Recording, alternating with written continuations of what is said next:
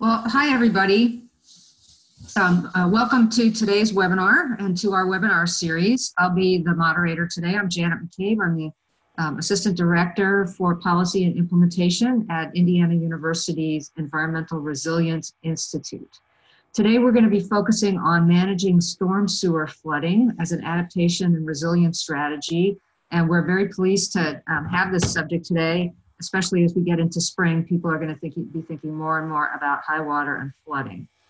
As always, we are recording today's webinar, and a copy will be accessible on the ERI website. Everybody should be muted at this point, except for me, hopefully. If you're hearing me, I'm not muted. We're going to ask that you save your questions until the end, but if you have an urgent question during the presentations, you can send a question through the chat function, which you can access by hovering your mouse over the Zoom window, and you'll see the chat option appear. I'm not very good with this technology, and I've been able to figure out how to do that, so I'm sure that you will be able to too. With the increasing precipitation we're experiencing in winter and spring here in Indiana, much of which occurs in even heavier downpours than we're used to, we're going to need strategies to deal with pop-up storm sewer flooding.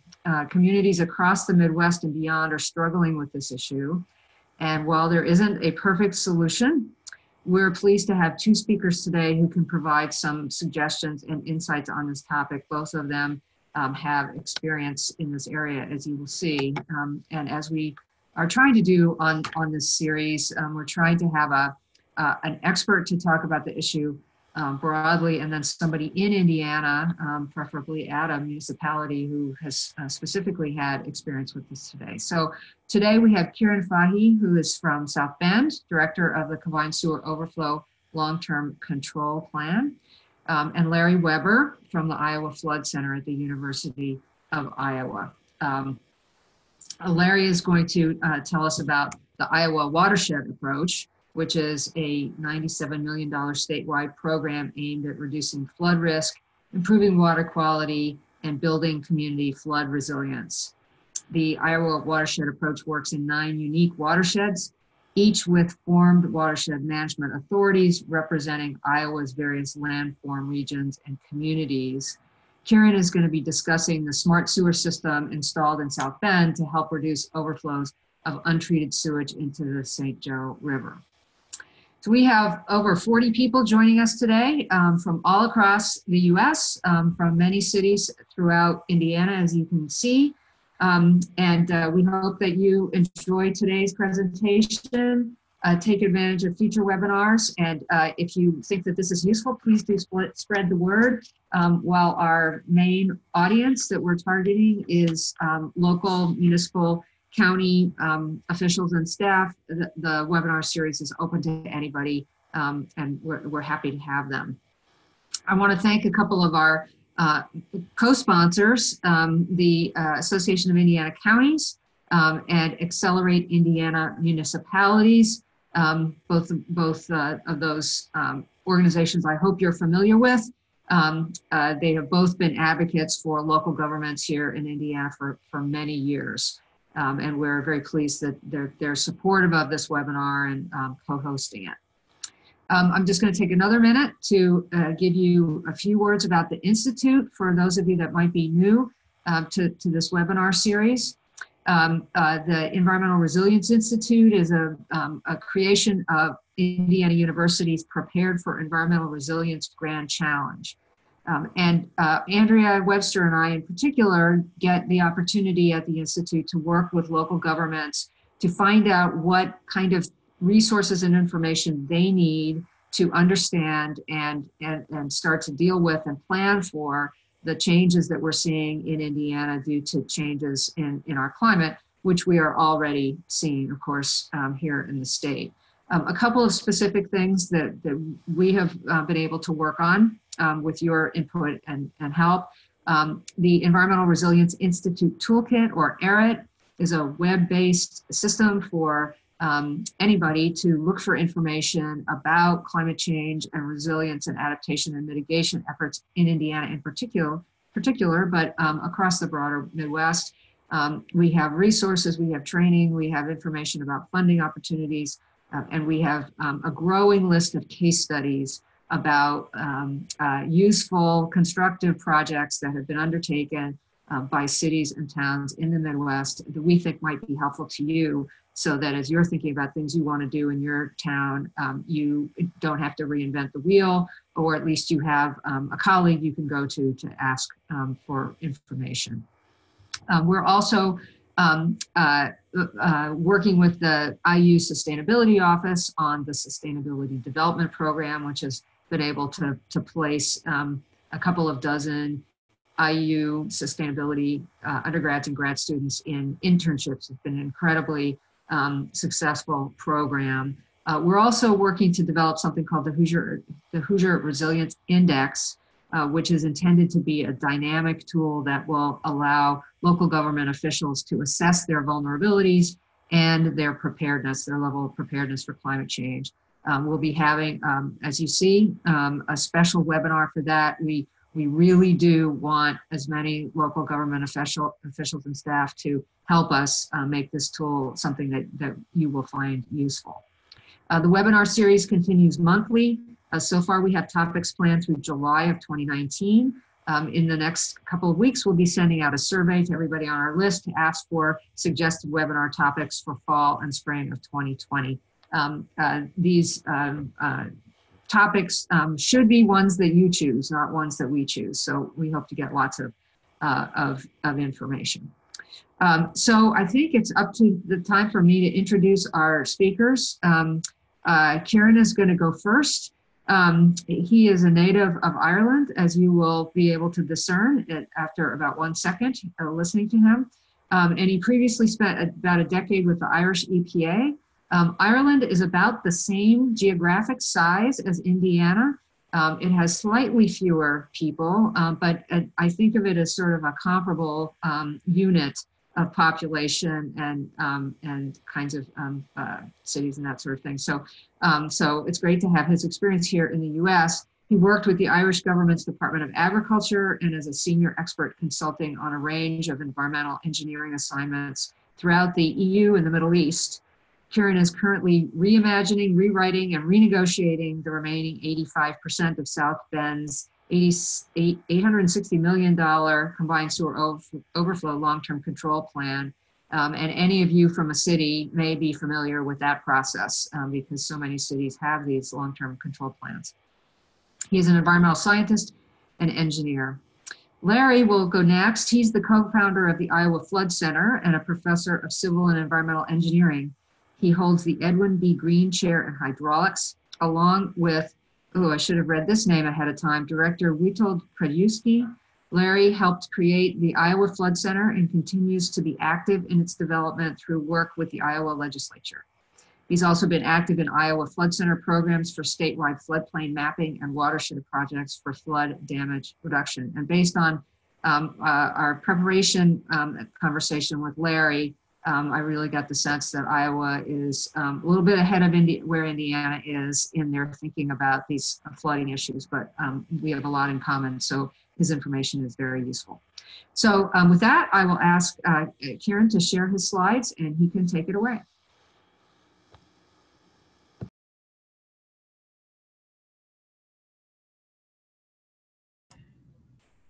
Great, thanks, Janet. I'm being heard and seen, I presume.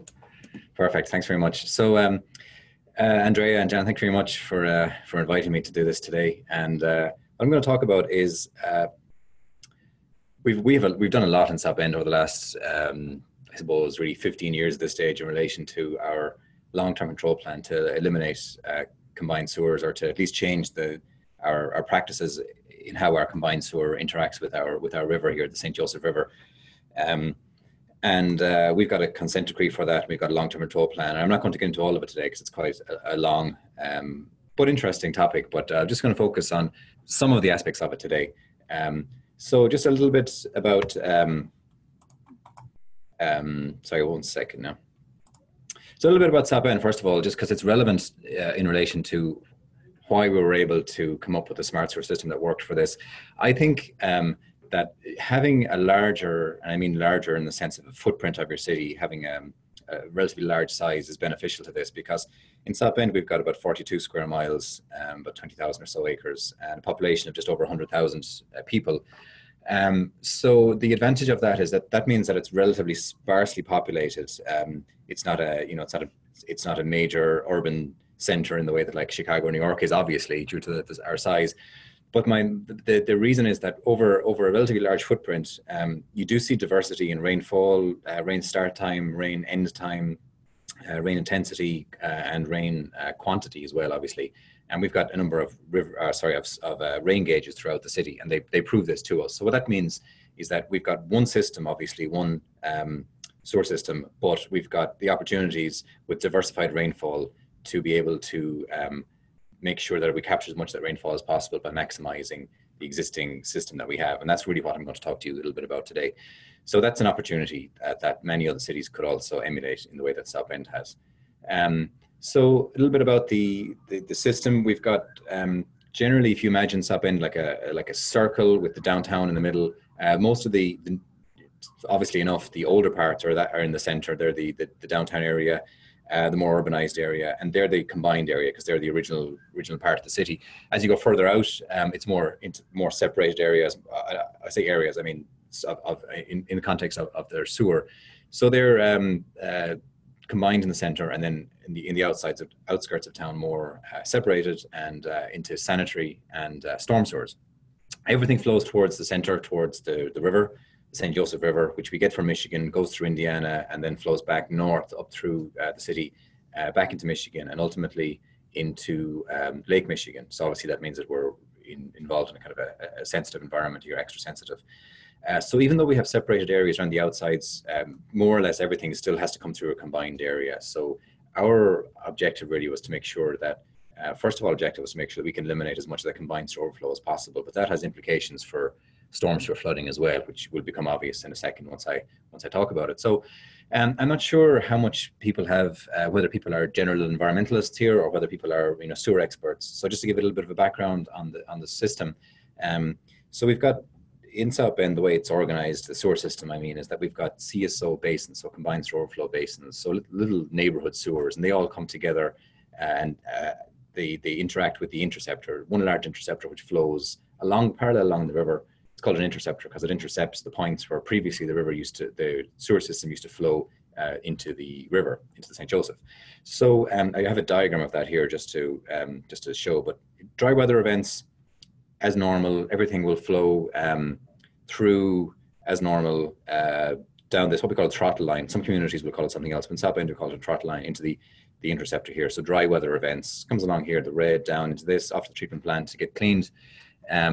But wet weather events, this weir will get breached, extreme wet weather events, and it will flow out into the St. Joseph River. Obviously, that's a bad practice in this day and age, and it's a very expensive thing to fix, but via smart sewer technology, we've come up with some innovative ways. So there are 35 locations across the city where this relationship happens, where the trunk sewers interact with and meet with the interceptor. And that's spread out over the 42 square miles of the city. As I mentioned, with the diversified rainfall, what I'm really getting at here is the fact that means that not every location like this of the 35 locations should have equal access to the interceptor. And that's really the key to our smart sewer system. So asserting control over that relationship of where those trunk sewers interact with the interceptor is very important to us. So what if we could take advantage of that? Wouldn't that be smart? And then how could we take advantage of that, obviously? So I suppose the science and the engineering around that kind of philosophy. So essentially what you have is at those 35 locations, previous to having a real-time control, by real-time control, I mean actual control on this opening here, the opening that goes from the trunk line down into the interceptor. So what if you could control that? What if you had some element of control over that? Well, the way it works is that in South Bend, because you've got a diversity of rainfall in 42 square miles, most of the time, if you have inundated by some kind of a monsoon-like rain event, it's not going to have a huge impact. But under normal rain days, and including a day like today, or many of the rain days we've had recently and throughout most of the springtime, you'll realize that there are trunk lines and neighborhoods that aren't near overflowing. and they're not about to cause an overflow, but they've got equal access to that interceptor as the same as the trunk lines from neighborhoods which are about to overflow. So the idea and the key concept really is to make sure that those trunk lines that would otherwise overflow are allocated the priority in the interceptor, as opposed to those that were never going to overflow in the first case. So that's really one of the main cornerstones of the smart sewer system. So sensors, we've got, and I'll show a map in a second of where the sensors are, but a number of different types of sensors. We've got sensors that just measure depth. We've got ones that measure depth, and we've got ones that measure depth and flow. And then we've got the real-time control as well. So the actual opening and closing of the valves to be able to direct that flow. And they're not all acting independently. It's not as if one just decides to open and close. It's actually the interceptor talking and relaying information to all of the sensors in the sensor community, and they bartering amongst themselves based on how much water they're seeing at that time. Then the one that is in most need would get the access. So this is just a map. This is South Bend. I don't have the city limits on this, but you'll get the general idea. So you look at the yellow marks here are the depth sensors. Now, this is a snapshot in time, but we're continually moving sensors and tweaking it and making sure that we are gathering as much information as possible. The flow sensors are the red. So you'll see mostly closer to the river. Some of them are a little bit covered in this graphic. And the rain gauges, which I mentioned, we had 6. They're kind of throughout, geographically dispersed around the community. Then the CSO control sites, and these are really the throttle lines where we're actually able to, in real time, open and close and manipulate where the flow goes. Some other advantages. One advantage, the first advantage was actually the elimination of dry weather overflows. So the dry weather overflows being in dry weather when you're having an overflow, which is probably due to a blockage in your system. We were able to do the elimination due to smarter maintenance. So obviously the first thing we were able to do was get full benefit of the system that we already had without actually building anything new. So optimizing that, which we already had, was a huge advantage. And smarter maintenance, instead of us, of a community basically doing sewer maintenance based on where it did last year and then where we should do next year, and making sure that it's, every community gets served. Well, that sounds fair for some reasons, but it's not the smartest way to do it. So this way you apply your resources to the actual hotspots in your sewer system so that you know where to get the best bang for your buck based on the data that's been collected from the sewer system. Also, so elimination of dry weather overflows, improved maintenance, and then the hyper-accurate modeling. And I'm not going to get into too much of that today, but the point with this, just in summary, is to mention that we're now able to model hydraulically our system with a much, much greater level of accuracy than we were able to previously. And that has implications for developing long-term control plans that are best designed and most cost-effective. So some of the results so far from this system, these are examples of things that were removed from South Bend sewer systems. So how to increase your capacity by optimizing what you already need, basically. So you'll see for scale, you've got, you can imagine that there's some gravel and some looks like debris and nets and large rocks. These are things that were previously, obviously if they're in your system, they're going to first of all take up a capacity in your system and therefore increase wet weather overflow frequency and intensity, and also it cause dry weather overflows possibly as well. And ultimately these will all end up at your treatment plant or in the river as well. So it's better for the environments that you're able to get these out. And with the with the smart sewer system, one is able to know exactly and pinpoint where these are. If you've got a sensor here that's showing a certain flow and a sensor here that's showing an obviously different flow, and you've only got 300 meters between them, well, then you know there's obviously an issue there, and you can highlight that. And we have a device called a sewer watchdog, which is able to highlight those kind of obvious problems to us. Now, we had talked, and Janet had already mentioned this, but this is pretty interesting, not just from the point of view of results, but if everybody here is obviously interested in climate change, and you look at South Bend's weather. So if you look at the top line here, we've got the years basically 2007 up to 2018. The bars show the volume of overflow, CSO overflow into the St. Joseph River. So the combination of sanitary, domestic and residential, or domestic and commercial waste and stormwater. And then the line across the top is the weather. So if you look back to 2010, 29 inches, 2012, 30 inches, the last 3 years, 57, 58, 64 inches, obviously. So we've noticed that, at a very local level here, a huge increase in the intensity and the frequency of rain. So what we had in 16, we had a 1,000-year rainstorm, and in 18, we had a 500-year flood, only 18 months apart. So these are things that we shouldn't be seeing any more than once in a lifetime, whereas we're seeing them quite a lot more frequently here. So based on we haven't really done a whole lot in relation to sewer separation. So most of these results here are achieved by smart sewer technology. We've done some separation in some neighborhoods where we've separated out the combined sewers, but not a vast amount. So these results can mostly be attributed here to smart sewer technology. And if you look, and we're continuously improving, but if you look back to say 2000 and just look at the last 2 years, for example, 58.6 inches versus last year of 64 inches. So you have an increase of 5.5 inches, but only a CSO increase of 1 million gallons. So that's something to be take as a real takeaway of the potential, I suppose, for smart sewer technology.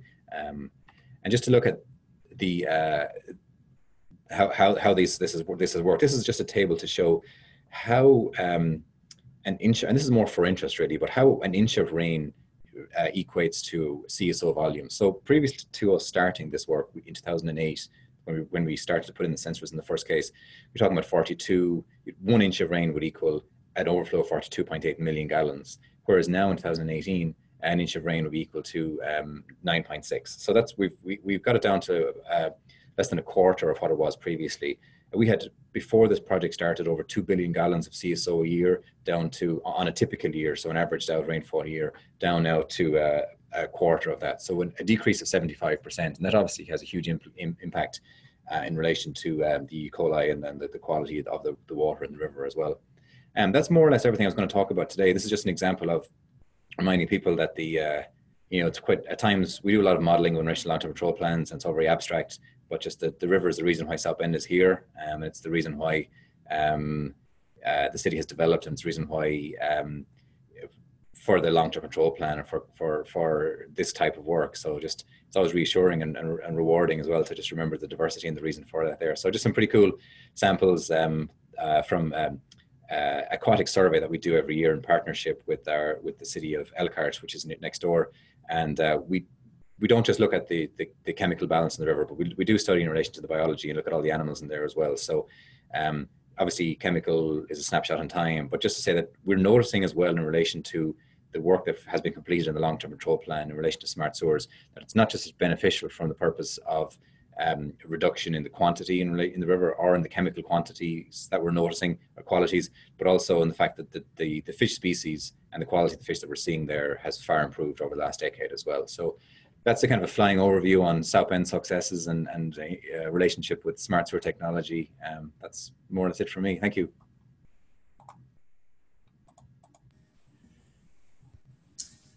Thanks, Kieran. Was that you holding that fish in that slide? Well, that's me. Yeah, that's me. Yeah. Well, after a long winter of gray and no leaves, I found those pictures pretty nice to look at, actually. Good. So thank you so much, and be thinking of your questions for Kieran as we, but not too hard, because you want to pay attention to Larry, who I will now invite to share his screen and move forward with his presentation.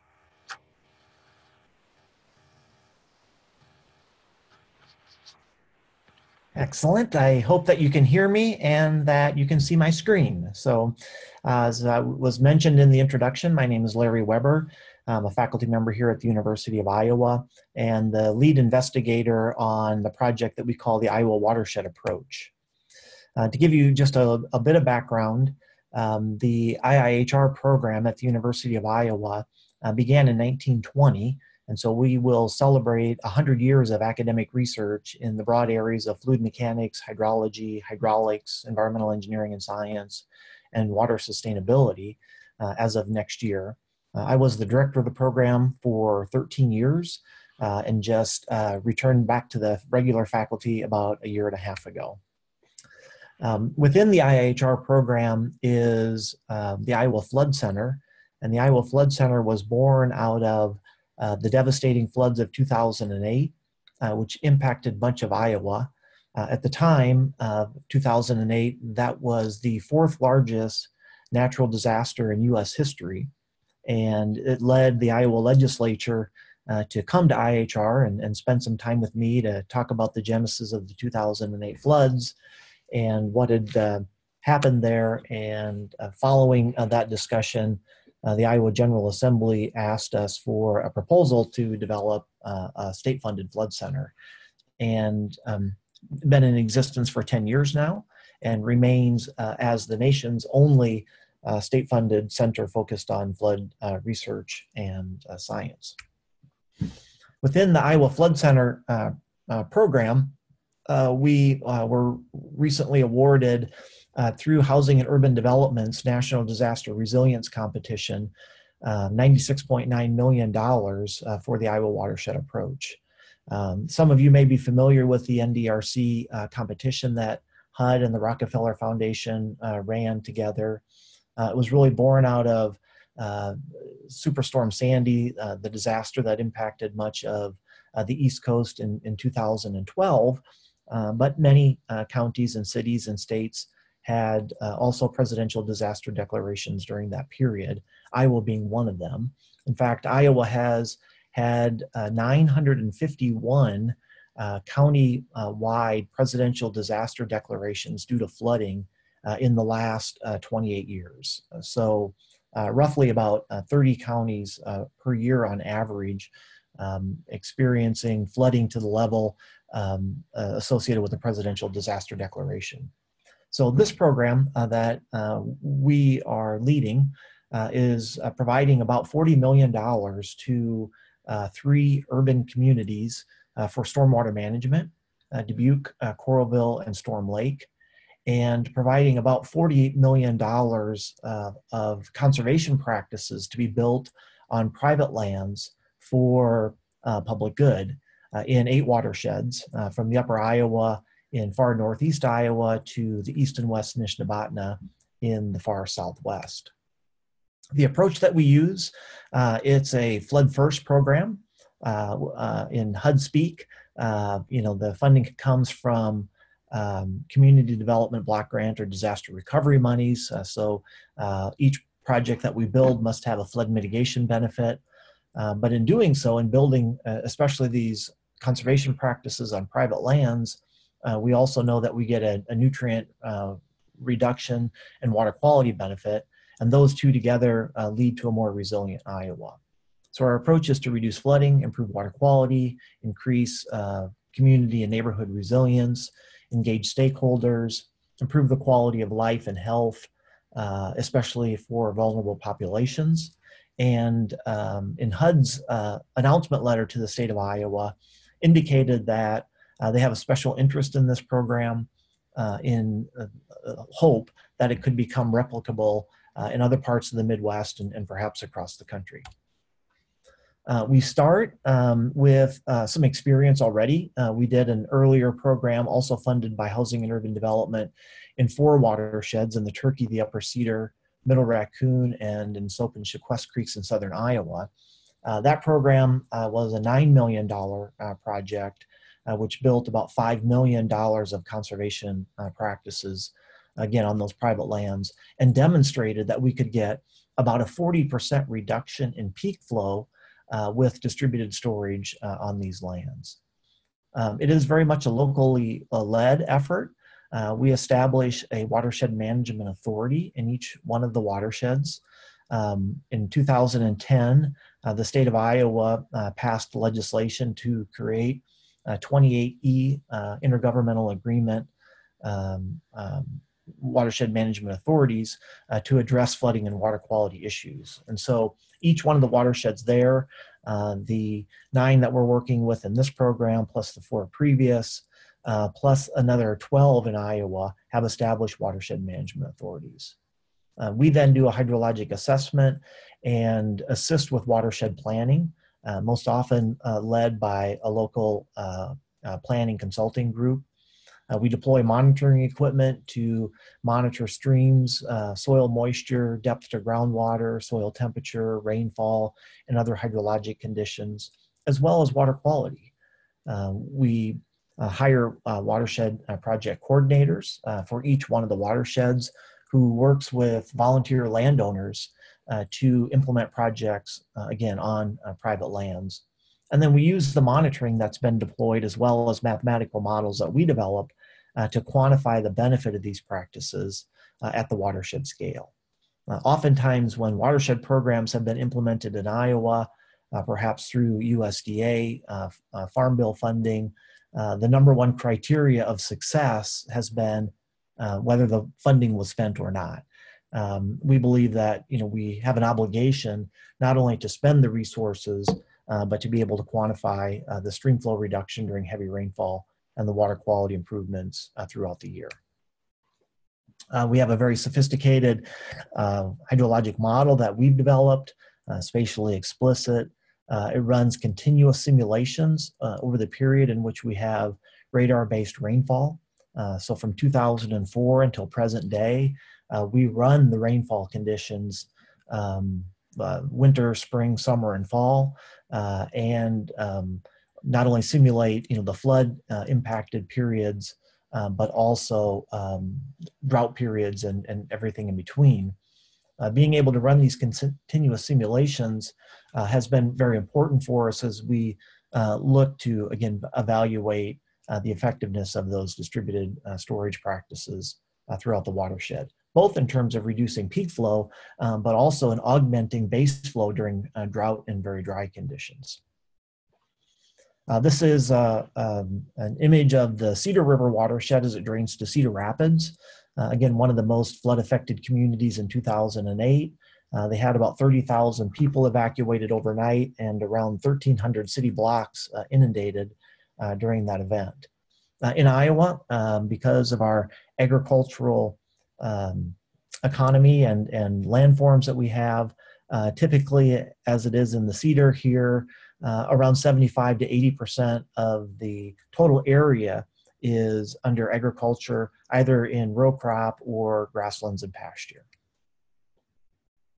This is just an example of a hydrograph. This is the peak flow in 2008, showing that the model predicts the timing as well as the magnitude of the floods quite well. In addition to the hydrologic modeling, we draw upon information. The state of Iowa embarked on a project about 2 years ago to map out each and every conservation practice that can be identified through aerial photogrammetry or our statewide laser-based elevation map or LIDAR data. And we've done that working with Iowa Department of Natural Resources and Iowa State University. And so we know where every farm pond, every wetland, every grassed waterway, every terrace is shown here in this hillshade imagery. You can see terraces in the landscape, as well as on the right-hand panel, a small farm pond on a agricultural land. Those get mapped out in collection. All of those conservation practices put on a map. This is a small watershed or hydrologic unit code 12 watershed. And you can see here every terrace and every pond, every grassed waterway, examples of strip cropping and contour buffer strips, etc. To engage with the landowners and to identify locations where we could build additional conservation, we use the Agricultural Conservation Planning Framework tool developed by USDA. This tool allows us to identify potential locations for wetland farm ponds, for bioreactors, for grassed waterways, etc. And this same map that I showed before now shows where there are 10 existing farm ponds, and the ACPF tool has identified 45 additional locations where we could build a wetland or farm pond, again, to hold water in the landscape. These images and this, this mapping allows the watershed coordinator then, to go out and to approach landowners who may have land that's potentially suited for these practices. I should say in the program, we're just approaching the midpoint. So we're about 2.5 years into this 5-year program. And as of today, we have just under 600 practices that are either in one stage or another of siting, design, or construction, with our first construction bid package just having gone to contractors this spring and having been awarded to a contractor to begin construction in the Middle Cedar. And so that's sort of right on schedule with the creation of the WMAs, the hydrologic assessment and watershed plans, and now we're going into the second phase of implementation. With respect to data collection and monitoring throughout Iowa and from the early work of the Iowa Flood Center over the past 10 years, we've deployed additionally 250 water level sensors. These are typically mounted to the downstream side of bridges. They use an ultrasonic level indicator to measure the distance to the water surface. Those are geolocated and referenced to mean sea level, so we know the elevation. We use a cell modem to transmit the data back to our center every 5 minutes. There's a solar panel and battery charge controller to provide the power, and a small GPS unit to put a timestamp on the data. On the left-hand panel is our hydrologic sensor. It has two impact-based distrometers that measure the intensity of rainfall. One also includes wind speed, magnitude, and direction. Also a solar panel and battery charger and battery controller, as well as sensors to measure soil moisture at 2, 4, 8, and 20 inches of depth, where we measure soil moisture and soil temperature, and then a small, shallow groundwater well to determine the depth to groundwater. In the lower right-hand panel is our water quality sensor deployment, where we monitor stream temperature, dissolved oxygen, total suspended sediments, specific conductance, and nitrate, which is an important parameter in the state of Iowa. The water quality sensors, we have over 80 locations in the state of Iowa where we're monitoring nitrate and other parameters. Oftentimes Iowa is criticized, and perhaps rightfully so, for the amount of nitrate that we deliver to the Gulf of Mexico. But interestingly, about 45% of all the nitrate sensors in the nation are located in Iowa. So we are doing a fair amount of water quality monitoring real time across the state. We monitor individual practices as well. So this was one of the wetlands that was constructed in our first round of HUD funding. It is a large wetland that drains several hundred acres of agricultural land to it. We monitor the nitrate concentration coming into the wetland and coming out of the wetland, so we can calculate a real-time nitrate retention in that wetland, and have been doing so over the last 5 years. All of that information is made available on a website we call the Iowa Water Quality Information System. The flood data and hydrologic data is on a similar flood information system. Here we have our water quality information system. It allows a user to select any sensor, look at the nitrate concentration, put it in a watershed context. If there had been rainfall occurring at this time, it would show rainfall estimates across the watershed as well. As I mentioned earlier, we have a very strong flood resilience program. In this HUD-funded program, at least 50% of the funding has to directly benefit low to moderate income housing, and we meet that in our communities of Dubuque, Coralville, and Storm Lake. We are quite aware that oftentimes different parts of our society have access or limited access to flood information, and so we're working with both our community action programs and other state agencies to better assess how different sectors of our society have access to different information. We do use census information to identify different vulnerability indices. Language can be a barrier, income, of course, education, head of household status, is the property owned or rented, do they have access to transportation, and so on and so forth. Those materials are put together again in our watersheds and identified throughout the watershed, so we can see areas of high social vulnerability and areas with lower social vulnerability. And at a more detailed community scale, we can intercept or overlay our flood inundation from various stream flow conditions on those vulnerability maps to see targeted areas that need our special attention. All of the material is made available through the Iowa Watershed Approach website. We're just in the final stages of finalizing our hydrologic assessments and watershed plans. All of the presentations and materials for each of the watershed groups is all available through this Iowa Watershed Approach website. And so if anybody has interest in seeing those plans, they'll be made available here in the next couple months as each of the watershed programs finalizes their plans. And so with that, I'll conclude my presentation. Great. Thank you so much, Larry. I think we've had two pretty interesting presentations here, one at a city-specific and one at a much higher level, showing a really comprehensive approach to looking at these issues. I think both of them have illustrated how important data is, or data are, and having ways to use them and look at them. So I think we'd like to see if there are any questions that people have for Larry or Kieran. And while you're thinking about that, I got a question through the chat that I don't know the answer to because I am not a water expert, but I thought I would put it out there. And Andrea, maybe you can help me figure out how we can, if anybody on the call knows the answer to it, we could let them answer. Is that something that we can do mechanically?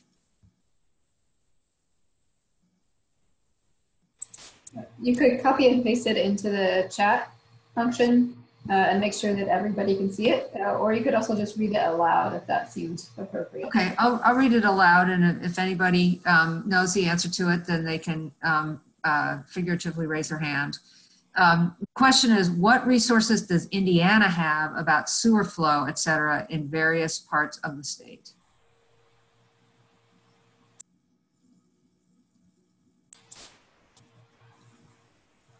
And if nobody on the call knows the answer to that, we can find that out and get that information out to folks.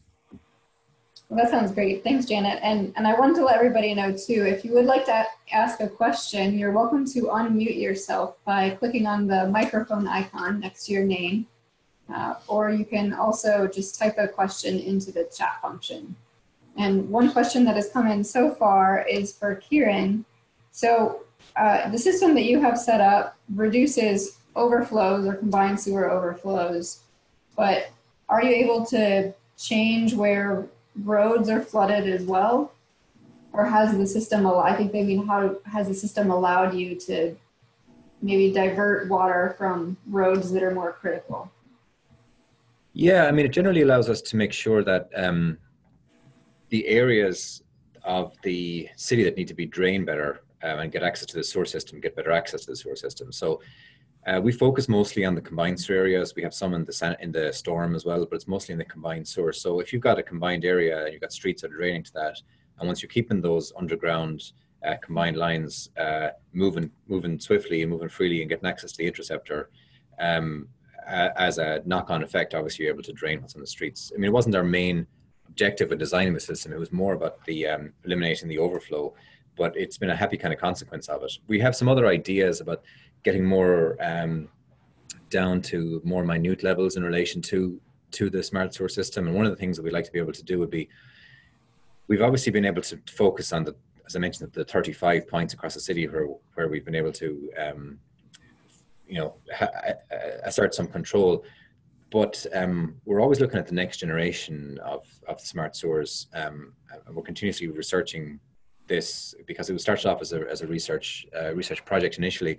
One of the ideas would be that if we could step backwards and away from just the main point where on the throttle lines, and if we could exert some control over things like smaller catch basins, so catch basins on streets, so you'd have like a level of smart green infrastructure where you're able to actually find the optimum level of street storage, because nowadays, like, it's not in the way it used to be, where people before were trying to make sure to get the water out of there as quickly as possible.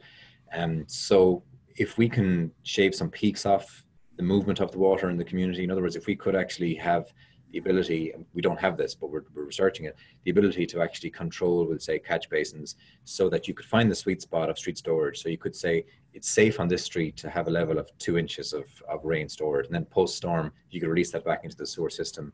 Then you'd be able to eliminate flooding and the sewer overflow as well.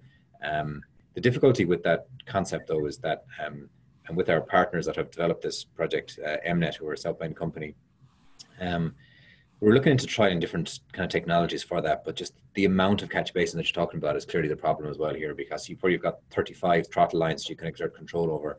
You could have 2,000 or 3,000 catch basins that would need to be controlled, and whether you'd be able to, there are ways that you can do it manually with variable filters for catch basins, but that really isn't in kind of thinking with the technology and the technological approach we've taken. So hopefully in about 2 or 3 years' time, if we're given a follow-up webinar on this kind of topic, we'll be able to say that we've done that, and we've also hopefully be able to do more in relation to not just the managing the quantity of overflows, but in relation to managing the quality of overflows as well. So on the radar. And South Bend received a large amount of rain about this time last year, if I recall correctly. And so could you articulate a little bit and talk about how the smart sewer system was used during that event? Yeah, so we had early February of last year, it ended up being a presidential declaration of emergency, but it was, we had about maybe 12 inches of snow on the ground, and then all of a sudden we had 50-degree weather, and we had about 1.5 inches of rain on, say, Sunday, and then on the Monday we had close to 6 inches of rain, and then on the day after that we had like 2 inches of rain. So about 8 inches of rain, with high temperatures and a melting snowpack as well, obviously. So that led to a lot of flooding. In situations where everything is overwhelmed like this, the smart sewer system isn't best placed to be able to, in a radical emergency like that, to be able to really direct flow under normal circumstances where you've got rainy days that aren't obviously like overwhelming. Yes, it's hugely beneficial, but on days when it's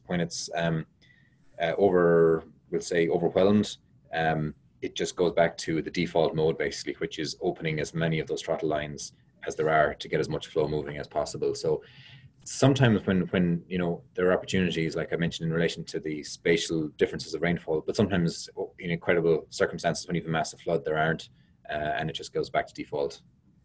But it was definitely beneficial, especially the main benefit of this sewer system with that has been able to shave off the control, like the first flush, and been able to make sure that the E. coli that was living in the sewer system at that time was able to make it to the treatment plant as opposed to going into the river. So there's definitely advantages.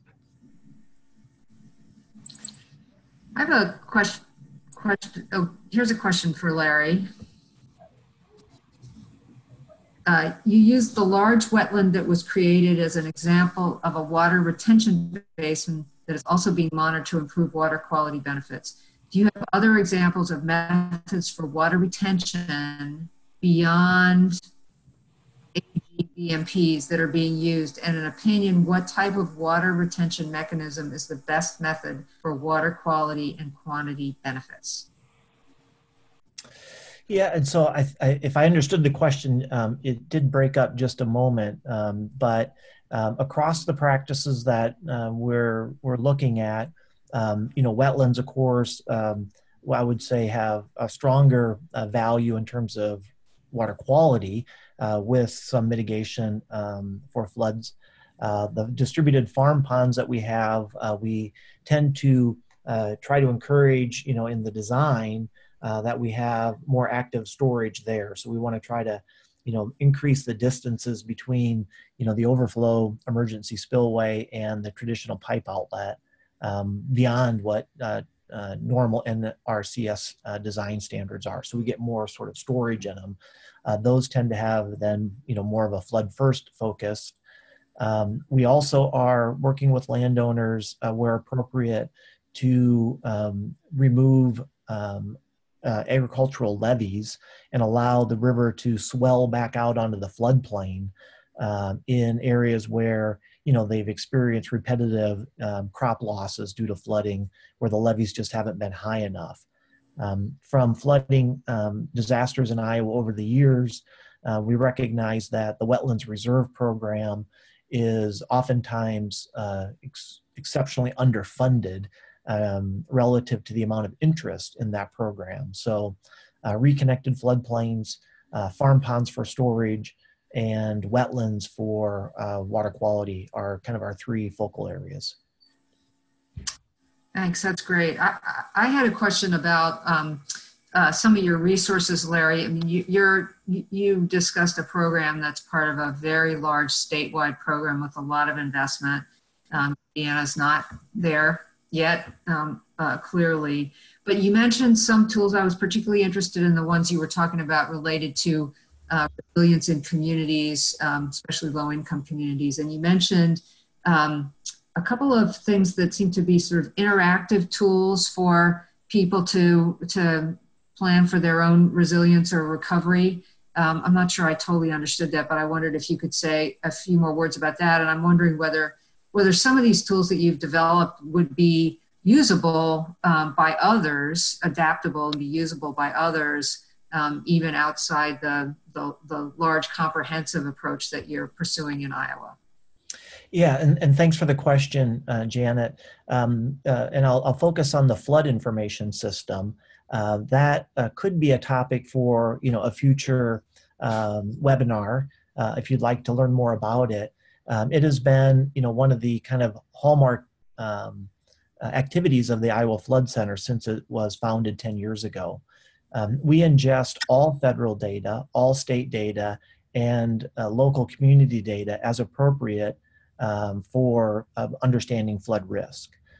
One of the tools in the Iowa Flood Information System are community-based maps that are built off of a Google Maps platform. So in Cedar Rapids, for example, from the time the river gets to bank full, we have maps developed for every 6-inch increment of the USGS gauge for that community, all the way up to and exceeding the largest river flows of record.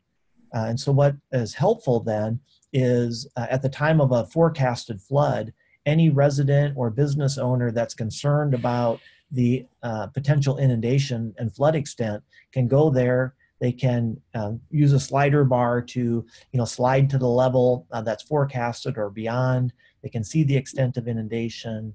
They can click if their house or business is in the inundated area. They can simply move the cursor and click on areas around their property to see what the depth of water is, so they know how high to build sandbag barriers, or to what level should they evacuate belongings. So that's one example of the information system that's been developed. The Iowa Flood Center receives currently $1.2 million annually from the Iowa legislature. It had been funded at $1.5 million, and due to state budget shortfalls a few years ago, the state did a budget reduction across the state, and we're currently funded at $1.2 million, which is sort of at our survival mode, if you will, to keep all these programs up and running. Thanks, Larry. Are there any other questions? That I don't have any others in the chat room, but feel free to speak up if you have any questions. So one question that came in for Larry is that on one of your slides, you identified where wetlands can be constructed in rural areas, how there's some sort of process where you identify the best location for a wetland. Are you able to talk about how that process might work in a more developed setting? Yeah, and so we are also working in communities. Of course, with Iowa being such an agricultural state, that is the more common occurrence for us to work out in rural areas.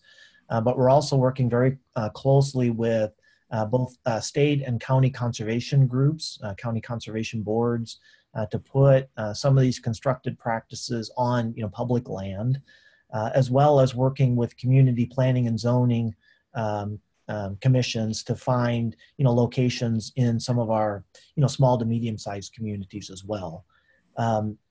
Basically, in Iowa, there are really no bad places to build water storages. We do have some cases up in Northeast Iowa where we have a very dominant karst topology, where we have a lot of sinkholes and strong surface water groundwater connections. So we have to be a little more careful there. But short of that, the citing of those practices is more about land availability and willingness of either a private landowner or a public entity to construct the project. And so how would you go about finding what is a good location for a wetland? Is it just an area where a lot of water runs through? Well, I mean, you can go back and very simply look at, hydric soils have been mapped out, across the nation in each state. Hydric soils are an example of areas that are frequently inundated with water. And so that's an area that's usually pretty common to cite for. But, lowland areas, I mean, normally in a wetland, we're trying to get enough drainage to it so that, that we have continuous drainage into the wetland, to keep the plant and other aquatic ecosystems kind of alive and functioning so that they stay active and actively processing nutrients. One of our listeners points out that if farm ponds are good local sources of storage, as they appear to be, it would be really useful to have maps, county-based maps of where the farm ponds are. I don't know whether such maps exist already, but we can try to find that out. Well, I would offer to that, person, that in most of the agricultural states, aerial photogrammetry has been flown, each year to look at sort of compliance of conservation agreements, whether it's a CRP program or whatnot. And so I'm sure there's probably similar aerial photogrammetry for Indiana. It's just whether or not anybody's gone through the effort to locate all those practices. Yeah, that's good input. And we certainly do have folks at IU who are working on these issues, so we'll look into that. Well, thank you all so much. Thanks to our two speakers, Larry and Kieran. We appreciate them giving us their time and their expertise. And I appreciate the questions from the listeners. As always with these topics, there's so much more time that could be spent delving into this or that. And of course, one of our challenges here is finding things that work for us here in Indiana. And sometimes hearing about what other people are doing can be kind of depressing because it seems like, oh, we can't possibly do that here. But I do think that we learned from all of these experiences, and even if we can't do exactly here in Indiana what Larry is doing in Iowa, I think that there are lessons to be learned and pieces that could be followed up on. So thanks to you both, and thanks for everything that you're doing in South Bend and in Iowa to help us be more resilient in the face of these challenges with climate change. Thanks to all of you for participating in this webinar. I continue to be amazed at this technology that allows us all to take 60 minutes out of our month to come together and learn together about important topics. We hope you will stay on our list and register for upcoming webinars. We will have a recording of the webinar today on the ERI website. They're all there. And a link along with follow-up resources. We'll send that out to all registrants so that you can share what you've learned today with your colleagues. I think we're at the end. Have I forgotten anything, Andrea? No, I think we're all set.